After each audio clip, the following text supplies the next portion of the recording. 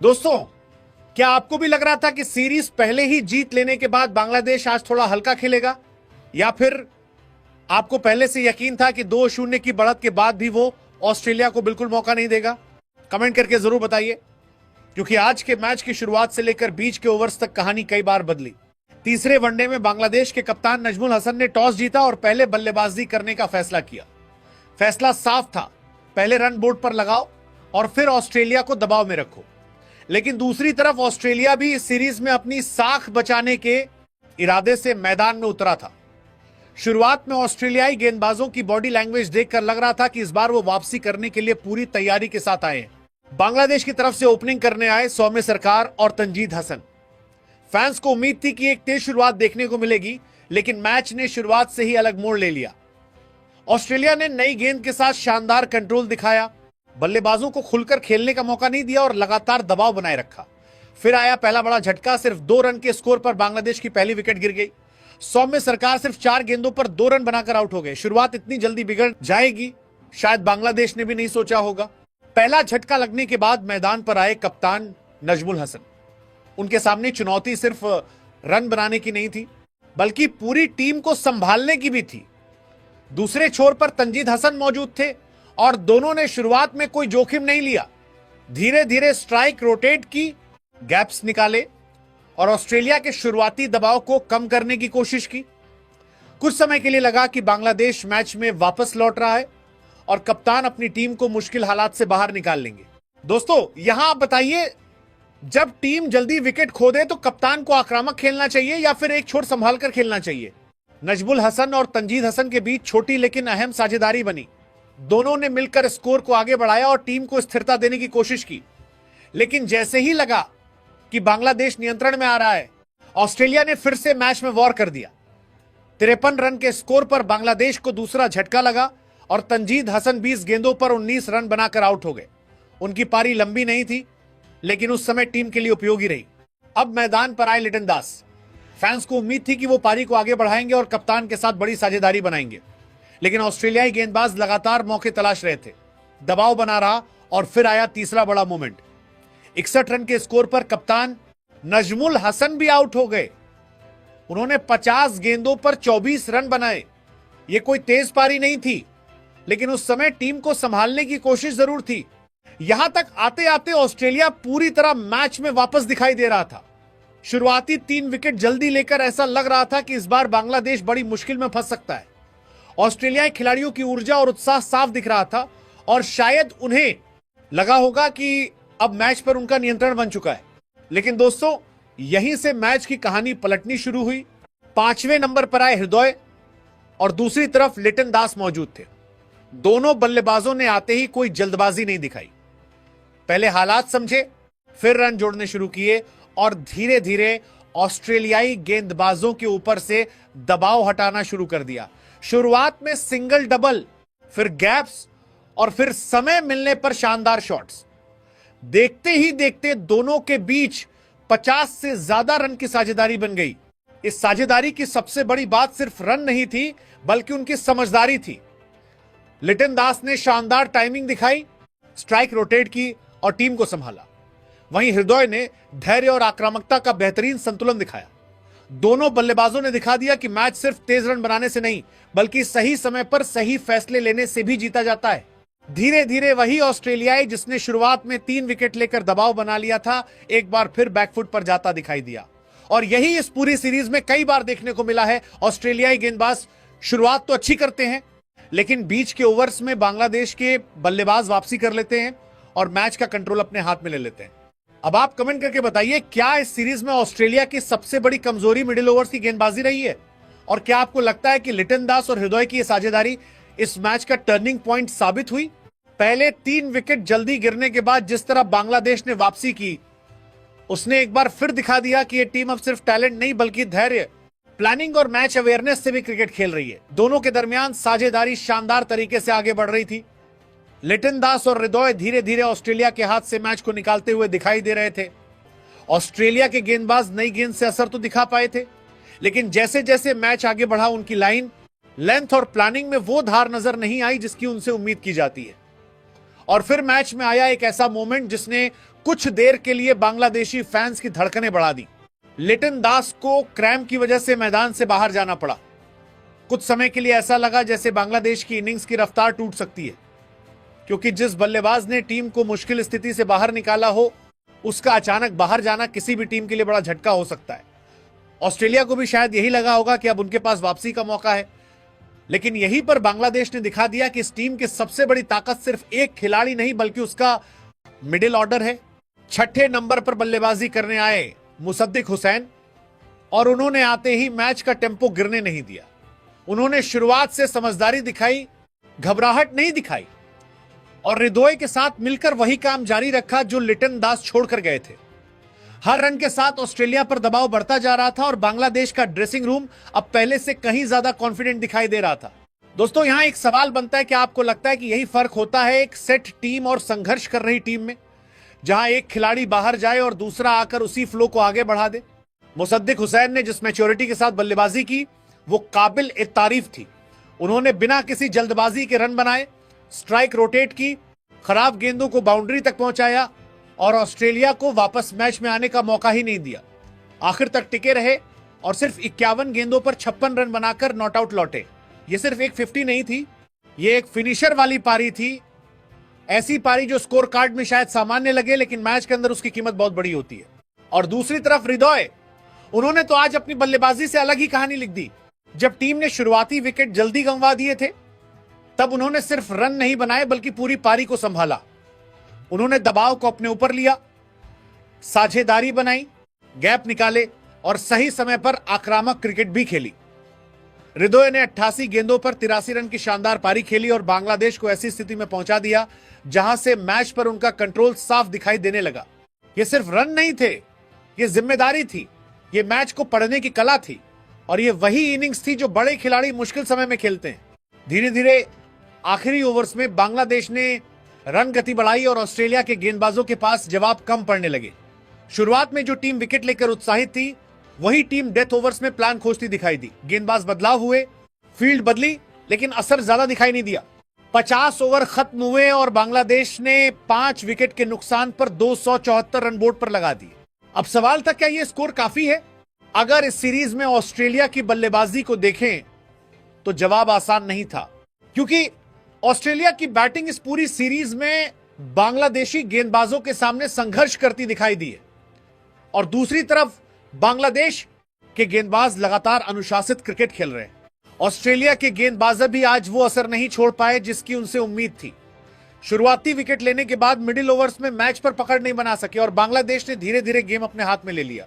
अब ऑस्ट्रेलिया के सामने था 275 रन का लक्ष्य। दोस्तों, सच बताइए, क्या उस समय आपको लगा था कि ऑस्ट्रेलिया इस लक्ष्य का पीछा कर लेगी, या फिर आपको लग रहा था कि बांग्लादेश एक बार फिर अपनी गेंदबाजी से मैच और सीरीज दोनों पर पूरा कंट्रोल बना लेगा? 275 रनों के लक्ष्य का पीछा करने उतरी ऑस्ट्रेलियाई टीम। और दोस्तों, अब मैच उस मोड़ पर पहुंच चुका था जहां सिर्फ रन नहीं बल्कि हिम्मत, इरादे और दबाव को संभालने की परीक्षा होने वाली थी। बांग्लादेश ने 50 ओवर में 274 रन बनाकर एक ऐसा स्कोर खड़ा कर दिया था जो बहुत बड़ा नहीं था, लेकिन बिल्कुल आसान भी नहीं था।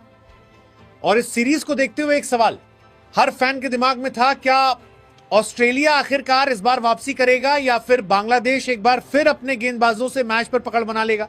ऑस्ट्रेलिया की तरफ से ओपनिंग करने आए कूपर कॉनोली और कप्तान जॉश इंग्लिस। लेकिन दोस्तों, इस बार शुरुआत देखकर लग ही नहीं रहा था कि ये वही ऑस्ट्रेलियाई टीम है जो पिछले मैचों में संघर्ष करती दिख रही थी।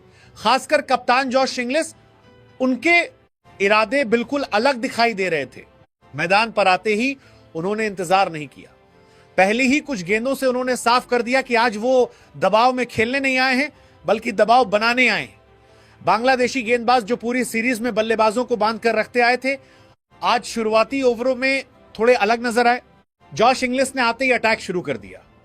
Cover drive, pull shot, gaps में शॉट्स, और देखते ही देखते गेंद मैदान के अलग अलग हिस्सों में जाने लगी।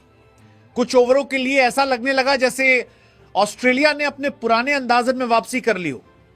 रन तेजी से आने लगे और बांग्लादेश पहली बार इस सीरीज में शुरुआती दबाव में दिखाई दिया। दोस्तों, यहां आप बताइए, क्या आपको भी उस समय लगा था कि आज ऑस्ट्रेलिया मैच आसानी से निकाल लेगी, लेकिन क्रिकेट में कहानी हर ओवर के साथ बदलती है और जब आप बहुत तेज शुरुआत करते हैं तो एक गलती भी महंगी पड़ सकती है। ऑस्ट्रेलिया का स्कोर 40 रन तक पहुंचा और तभी मैच ने पहला बड़ा मोड़ लिया। कप्तान जॉश इंग्लिश 12 गेंदों पर 21 रन बनाकर आउट हो गए। उनकी पारी छोटी थी, लेकिन जिस अंदाज में उन्होंने शुरुआत की उसने बांग्लादेश को शुरुआती ओवरों में सोचने पर मजबूर कर दिया था। लेकिन आउट होते ही पूरा माहौल बदल गया। जो टीम कुछ मिनट पहले कंट्रोल में दिख रही थी, अचानक फिर से सवालों के घेरे में आ गई और सबसे बड़ा झटका अभी बाकी था। उसी 40 रन के स्कोर पर ऑस्ट्रेलिया को दूसरा झटका लगा। तीसरे नंबर पर आए मैट रेनशॉ, लेकिन इस बार उनका दिन बिल्कुल अच्छा नहीं रहा। सिर्फ 2 गेंदें खेली और बिना खाता खोले पवेलियन लौट गए। अब अचानक वही कहानी फिर सामने थी जो इस सीरीज में कई बार देखने को मिली थी। अच्छी शुरुआत, फिर लगातार विकेट और फिर दबाव। बांग्लादेशी खिलाड़ियों की बॉडी लैंग्वेज बदल चुकी थी। जो टीम कुछ देर पहले बैकफुट पर थी, अब फिर से मुकाबले में वापस दिखने लगी। फील्डिंग में ऊर्जा, गेंदबाजों में जोश और हर रन के लिए लड़ाई। लेकिन ऑस्ट्रेलिया ने भी इस बार जल्दी हार मानने का इरादा नहीं बनाया। एक छोर पर टिके रहे कूपर कॉनोली और चौथे नंबर पर आए एलेक्स कैरी। दोनों बल्लेबाजों ने आते ही यह समझ लिया कि लगातार अटैक करने से मैच हाथ से निकल सकता है, इसलिए उन्होंने थोड़ा समय लिया, सिंगल डबल निकाले, स्ट्राइक रोटेट की और धीरे धीरे स्कोर को आगे बढ़ाना शुरू किया। यहां एक दिलचस्प चीज देखने को मिली। बांग्लादेशी गेंदबाज आज वैसे नहीं दिख रहे थे जैसे पहले 2 मैचों में दिखे थे। पहले 2 मुकाबलों में उनकी लाइन लेंथ और लगातार दबाव बनाने की क्षमता शानदार थी, लेकिन आज शुरुआती चरण में वो थोड़ा कम असरदार दिखाई दी। बल्लेबाजों को समय मिला, गैप्स मिले और ऑस्ट्रेलिया को साझेदारी बनाने का मौका मिला। हालांकि इसका मतलब ये बिल्कुल नहीं था कि बांग्लादेश मैच से बाहर हो गया था, क्योंकि यही उनकी ताकत रही है, धीरे धीरे मैच में लौटना। और दूसरी तरफ ऑस्ट्रेलिया के सामने चुनौती भी आसान नहीं थी। एक विकेट और गिरता तो पूरा दबाव फिर वापस आ सकता था। अब सवाल था, क्या कॉनोली और एलेक्स कैरी इस साझेदारी को बड़ी पार्टनरशिप में बदल पाएंगे? क्या ऑस्ट्रेलिया आखिरकार इस सीरीज में अपनी बल्लेबाजी से जवाब देगा या फिर बांग्लादेशी गेंदबाज एक बार फिर मैच की दिशा बदल देंगे? यहीं से मुकाबला और ज्यादा रोमांचक होने वाला था। दोनों के बीच साझेदारी धीरे धीरे बननी शुरू हुई थी। कूपर कॉनोली और एलेक्स कैरी कोशिश कर रहे थे कि शुरुआती 2 झटकों के बाद ऑस्ट्रेलिया को फिर से मुकाबले में वापस लाया जाए। कुछ ओवरों तक ऐसा लगने लगा कि ऑस्ट्रेलिया अब संभल चुका है और मैच को कंट्रोल में लेने की तैयारी कर रहा है। लेकिन तभी मैच ने एक बार फिर करवट ली और बांग्लादेश ने मुकाबले में जोरदार वापसी की। ऑस्ट्रेलिया को 70 रन के स्कोर पर तीसरा बड़ा झटका लगा। इस बार विकेट गिरी एलेक्स कैरी की। वो 16 गेंदों पर सिर्फ 8 रन बनाकर आउट हो गए। कैरी से उम्मीद थी कि वो पारी को लंबा लेकर जाएंगे, लेकिन बांग्लादेशी गेंदबाजों ने उन्हें ज्यादा सेट होने का मौका नहीं दिया। जैसे ही ये विकेट गिरी, एक बार फिर ऑस्ट्रेलियाई ड्रेसिंग रूम में हल्की बेचैनी दिखाई देने लगी, क्योंकि सीरीज में यही कहानी कई बार दोहराई गई थी।